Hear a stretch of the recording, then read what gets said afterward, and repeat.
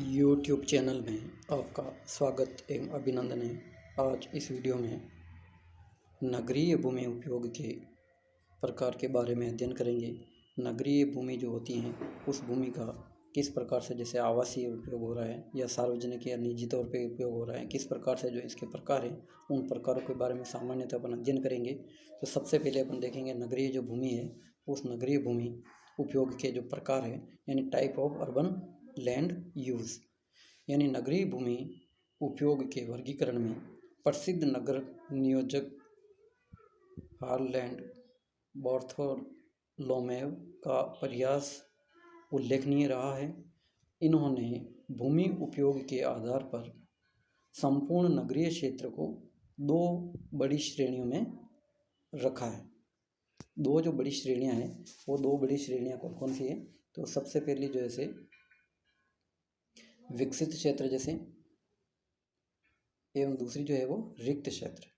अब जैसे पहली जो है वो विकसित क्षेत्र को फिर इन्होंने पुनः दो वर्गों में विभाजित किया है। पहला है निजी विकसित क्षेत्र और दूसरा है सार्वजनिक विकसित क्षेत्र।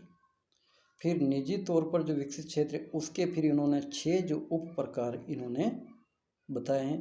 तो अ जो है वो है एकल कुटुंबीय वास समूह, ब जो है वो द्विकुटुंबीय वासगृह और स जो है वो बहुकुटुंबीय वासगृह और द है व्यापारिक और यह है हल्का उद्योग क्षेत्र एवं लास्ट जो है वो है र भारी उद्योग का जो क्षेत्र होता है वो। तो अब जो है सार्वजनिक विकसित जो क्षेत्र को भी फिर इन्होंने क्या है इसी प्रकार से 4 उपवर्गों में विकसित किया है, विभाजित किया गया है। तो क जो है वो है सड़कें, ख है रेल मार्ग संपत्ति, ग है उद्यान एवं क्रीड़ा स्थल और बड़ा जो ग जो होता है वो है अपने सार्वजनिक एवं अर्ध सार्वजनिक संपत्ति। इस वर्गीकरण में थोक व्यापार को व्यापारिक उद्योग में शामिल न करके हल्के उद्योग के वर्ग में रखा जाता है। इस प्रकार इसी तरह हल्के उद्योग में केवल उन उद्योगों को ही शामिल किया जाता है जो धुआं, धूल और सूक्ष्म अथवा यानी बदबू अथवा शोर जैसी आपत्तिजनक विशेषताओं से युक्त या मुक्त होते हैं। सार्वजनिक और अर्ध सार्वजनिक श्रेणी में भी फिर वापस हवाई अड्डा, विद्यालय, उपासना स्थल, क्लब, कब्रिस्तान आदि क्षेत्रों को शामिल किया गया है, चाहे उनका विकास निजी स्तर पर किया गया हो अथवा प्रशासनिक स्तर पर किया गया हो। तो यानी सार्वजनिक जो है और अर्ध सार्वजनिक जो श्रेणी में भी इनको जो है कौन कौन से श्रेणियाँ हैं इनका जैसे एक बार और रिविजन कर रहा हूँ। हवाई अड्डा, विद्यालय, उपासना स्थल, क्लब, कब्रिस्तान आदि जो क्षेत्रों को शामिल किया गया है, चाहे उनका जो विकास है वो प्राइवेट सेक्टर में हुआ हो या गवर्नमेंट सेक्टर में। अमेरिकी नियोजकों के संगठन ने भूमि उपयोग की प्रमुख विशेषताओं के आधार पर नगरीय भूमि उपयोग को निम्न प्रमुख श्रेणियों और अनेक उप श्रेणियों में विभक्त किया है। इस वर्गीकरण को प्रत्येक वर्ग एवं उपवर्ग के लिए आंकड़ा संसाधन संकेत दिया गया है जिनका मात्र मान जो है 100 से लेकर 720 के मध्य पाया जाता है। इस वर्गीकरण की प्रधान और गौण जो श्रेणियाँ वो निम्न है। जैसे पहला जो है वो 100 यातायात, 110 वाहनिक, 120 अवाहनिक, 200 उत्पादन और 210 निष्कर्षणात्मक और 211 है कृषि और 212 है वानिकी और 213 है खनन एवं उत्खनन, 220 विनिर्माण उद्योग, 221 टिकाऊ एवं 222 गैर टिकाऊ और 230 है विनिर्माण सेवाएं और 230 के बाद में जो है 231 निर्माण और 232 जो है उपयोगिताएं और 223 32 और उसके बाद में जो 223 जो है वो है विविध। इस प्रकार 300 जो है वो व्यापार, 310 है फुटकर व्यापार क्षेत्र और 320 है थोक व्यापार, 400 है सेवाएं और 410 है उपभोक्ता सेवाएं, 420 है व्यावसायिक सेवाएं और 430 है व्यापार सेवाएं, 500 आवास और 510 जो है एकल कुटुंबीय, 520 द्विकुटुंबीय और 530 बहुकुटुंबीय एवं 540 विविध और 600 है सामाजिक एवं सांस्कृतिक, 611 शैक्षणिक और 612 श्रमिक और 613 मनोरंजन। ये जो कोडिंग जो है इस प्रकार से अपने को ध्यान रखनी है। ये जो अमेरिकी जो नगर नियोजन है उन्होंने इसका वर्गीकरण किया है, इनके श्रेणी कोड के रूप में बताया है। उसके बाद में 700 खुला क्षेत्र और 710 रिक्त और 720 जल जो क्षेत्र होता है उसके बारे में इन्होंने कोडिंग की है। अब है नीडरकॉर्न एवं हर्ले ने अमेरिका के 18 बड़े शहरों के अध्ययन के आधार पर नगरों को निम्न 8 जो भूमि उपयोग वर्गों में विभाजित किया है। किसने? नीडरकॉर्न एवं हर्ले ने। पहला जो है वो आवासीय, दूसरा जो है वो व्यापारिक, तीसरा है औद्योगिक, चौथा सड़क और पांचवा है सड़क और मार्ग के बाद में पांचवा अन्य सार्वजनिक और छठा है अविकसित भूमि और सातवां है रिक्त क्षेत्र और आठवां है जलमग्न क्षेत्र। अब है प्रकार्यात्मक एवं कार्यात्मक जो मेखला है यानी फंक्शनल जोन्स जो है उसके आधार पर नगर जो भूमि उपयोग है वो किस प्रकार से, तो नगर के संपादित कार्यों में समूहन की प्रवृत्ति पाई जाती है जिससे प्रकार्यात्मक पेटियों के निर्माण में मदद मिलती है। इन प्रकारात्मक पेटियों के विस्तार और सस्ता पर नगर के आकार तथा उसके भूमि उपयोग विशेषताओं का प्रभाव पड़ता है। साधारणतया छोटे नगरों में ये पेटियां छोटे छोटे क्षेत्रों के रूप में और कम जनसंख्या में पाई जाती हैं। इसके विपरीत बड़े नगरों में अधिक विस्तृत रूप में एवं अधिक संख्या में प्राप्त होती हैं। इसके सीमांकन में जहां हैरिस ने विभिन्न नगरीय प्रकारों में इमारती क्षेत्र के प्रतिशत का प्रयोग किया है, वहीं डिकिंसन ने भूमि उपयोग विशेषताओं के आधार पर संक्षेप में प्रकार के आधार पर नगर में निम्नलिखित मेखलाएं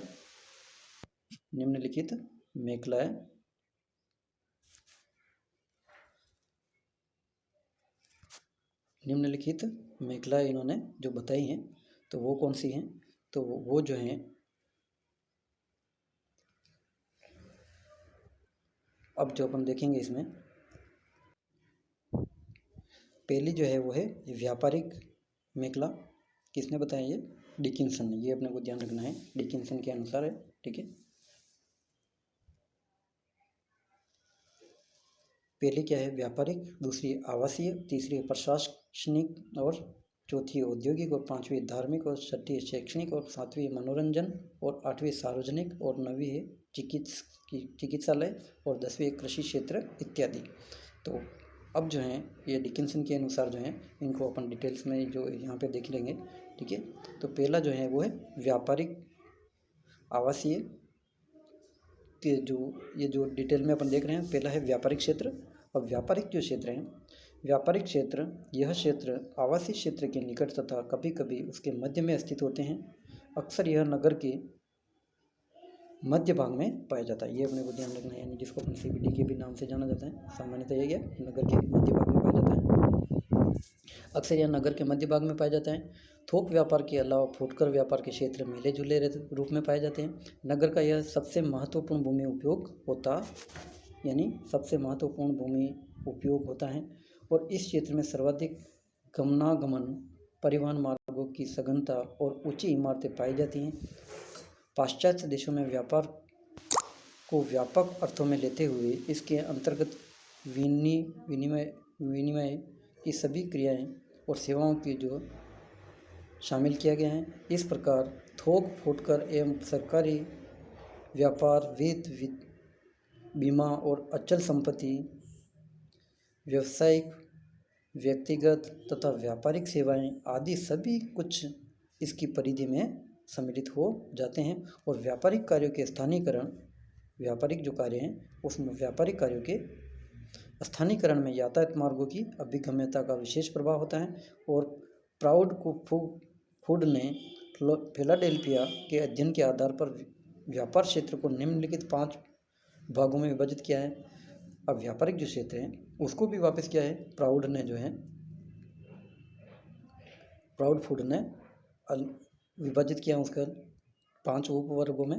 तो ये है जैसे CBD यानी केंद्रीय व्यापार क्षेत्र, दूसरा है बाह्य व्यापार क्षेत्र केंद्र, तीसरा है प्रधान व्यापार मार्ग, और चौथा है प्रतिवेशी व्यापार वित्तिका, और चौथे के बाद में पांचवा है एकाकी विक्रय भार युक्त गुच्छ।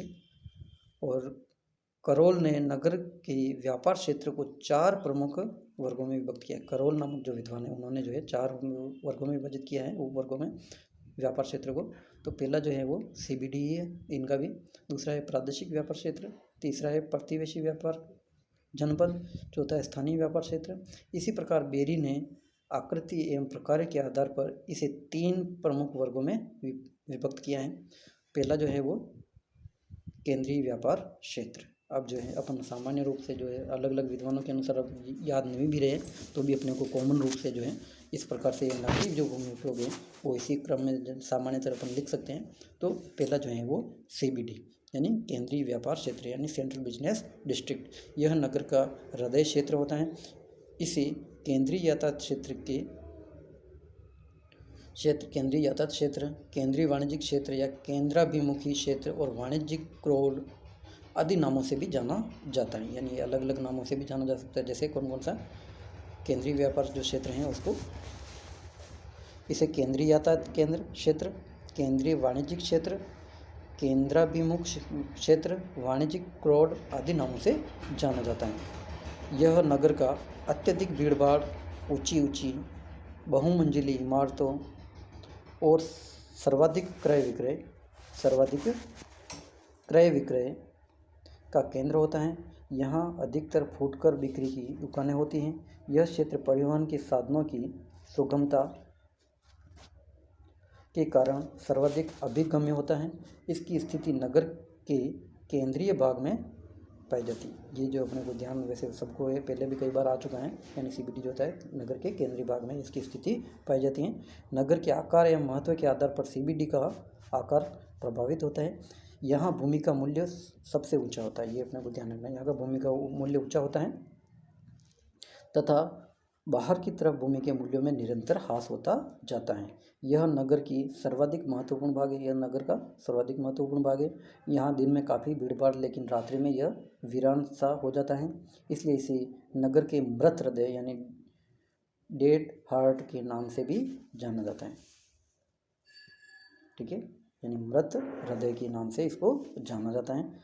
केंद्रीय व्यापारिक क्षेत्र को भूमि उपयोग और व्यापार की तीव्रता के आधार पर 2 वर्गों में बांटा जाता है। केंद्रीय व्यापार क्षेत्र का क्रोड भाग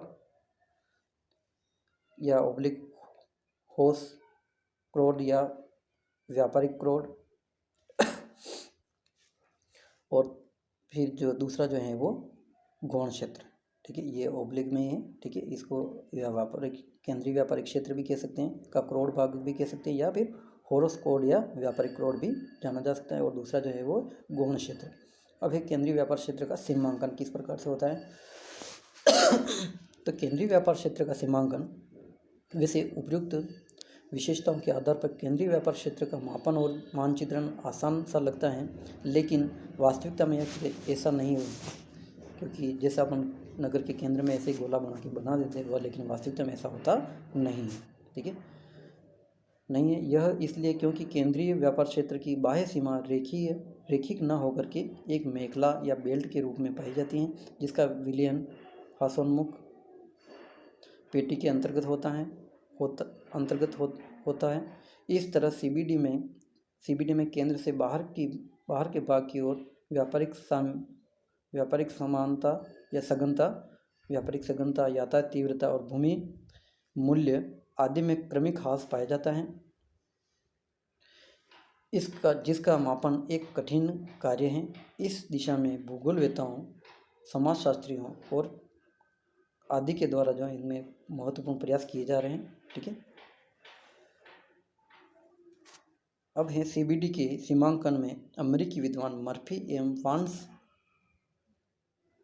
को प्रेरणा माना जाता है, जिन्होंने केंद्रीय व्यापार सूचकांक विधि यानी का प्रयोग किया था इन्होंने, और जिसमें केंद्रीय व्यापार उच्च घातांक ने CBHI तथा केंद्रीय व्यापारिक तीव्रता घातांक का उपयोग किया है। इस प्रकार नगर के उपखंड को CBD का अंग माना जाता है। यहाँ CBHI का मान 1 से अधिक और CBI का मान 50% से अधिक पाया जाता है। इसके अलावा इसमें उन खंडों को भी शामिल किया जाता है जो CBD के अंतर्गत अर्हता वाले खंडों में से घिरे हुए हो अथवा आसन्न हो तथा उन पर सरकारी भवनों या कार्यालय स्थित हो। मर्फी एवं वांस ने केंद्रीय क्षेत्र की सीमांकन हेतु निम्न संभावनाओं का भी उल्लेख किया है। पहला जो है जनसंख्या का वितरण और तत्संबंधी विशेषताएं, जैसे जनसंख्या घनत्व, रोजगार प्रतिरूप और पदयात्रियों और यातायात का प्रवाह। दूसरा है भूमि अथवा भूमि उपयोग, भूमि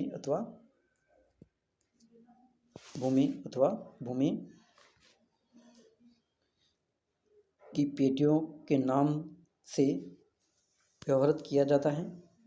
इन्हें क्रमशः भविष्य और अर्हता अतीत के CBD के रूप में भी जाना जा सकता है।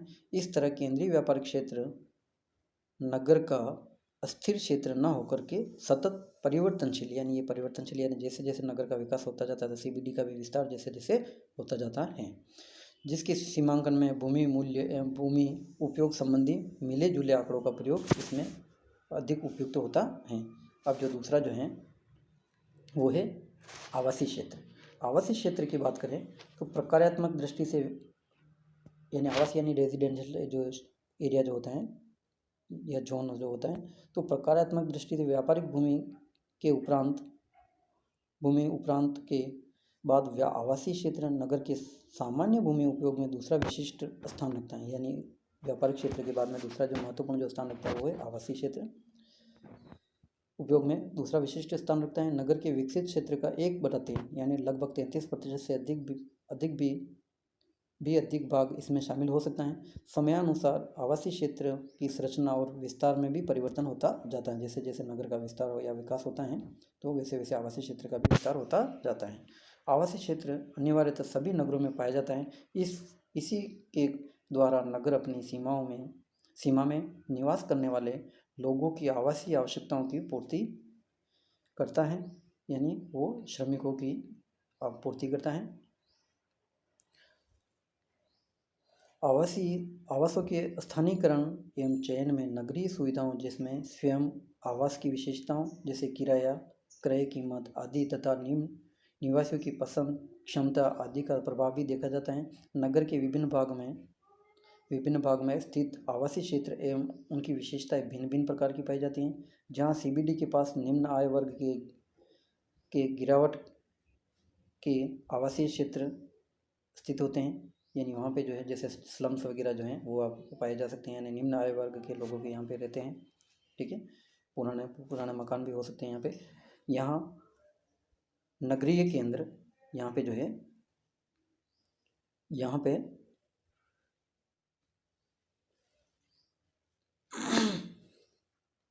नगर के विभिन्न जो भाग होते हैं इसमें स्थित होते हैं और उनकी विशेषताएं जो भिन्न भिन्न प्रकार की पाई जाती हैं। जहाँ CBD के पास निम्न आय वर्ग के लोगों के जो वर्ग के गिरावट के आवासीय क्षेत्र स्थित होते हैं। यहाँ नगरीय केंद्र से दूर बहिर्वर्ती भाग में उच्च आय वर्ग के आवास क्षेत्र पाए जाते हैं। यानी यहाँ पे जो है सामान्यतः अंतर ये होता है, यानी जैसे जैसे बाहर की ओर जाते हैं वैसे वैसे आवासीय क्षेत्र के जो उच्च आय वर्ग के लोगों के आवास यहाँ पे बाह्यवर्ती भागों में पाए जाते हैं।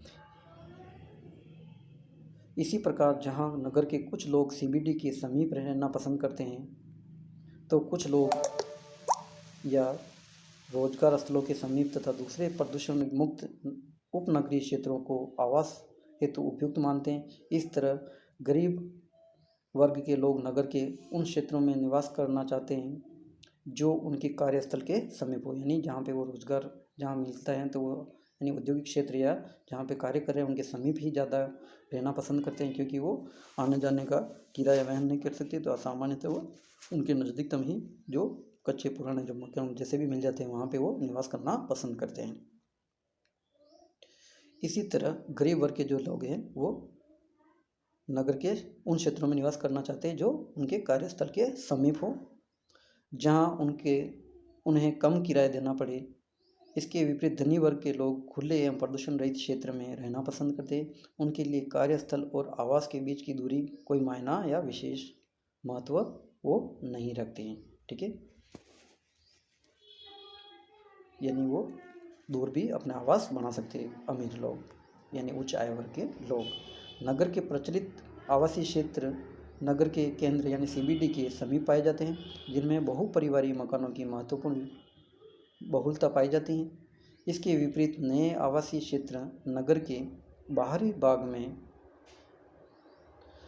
यातायात मार्गों के सहारे विकसित होते हैं, जिसमें एक परिवार के भवनों की प्रधानता मिलती है। प्रत्येक महत्वपूर्ण यातायात मार्ग आवासीय क्षेत्र के वितरण के लिए केंद्रक का कार्य करता है। और भारतीय नगरों में भी नागरिकों की आय और आवश्यकता में परिवर्तन के साथ साथ आवासीय के स्पष्ट संकेत मिलते हैं। और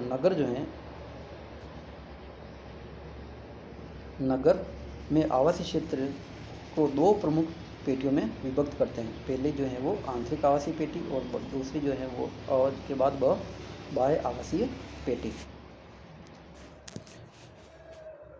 आगे का जो है अपन बाद में देखेंगे। यहाँ तक ही ये पूरा जो है आप अपन आज अध्ययन नहीं कर पाएंगे। धन्यवाद, अगला वीडियो में देखेंगे इसको।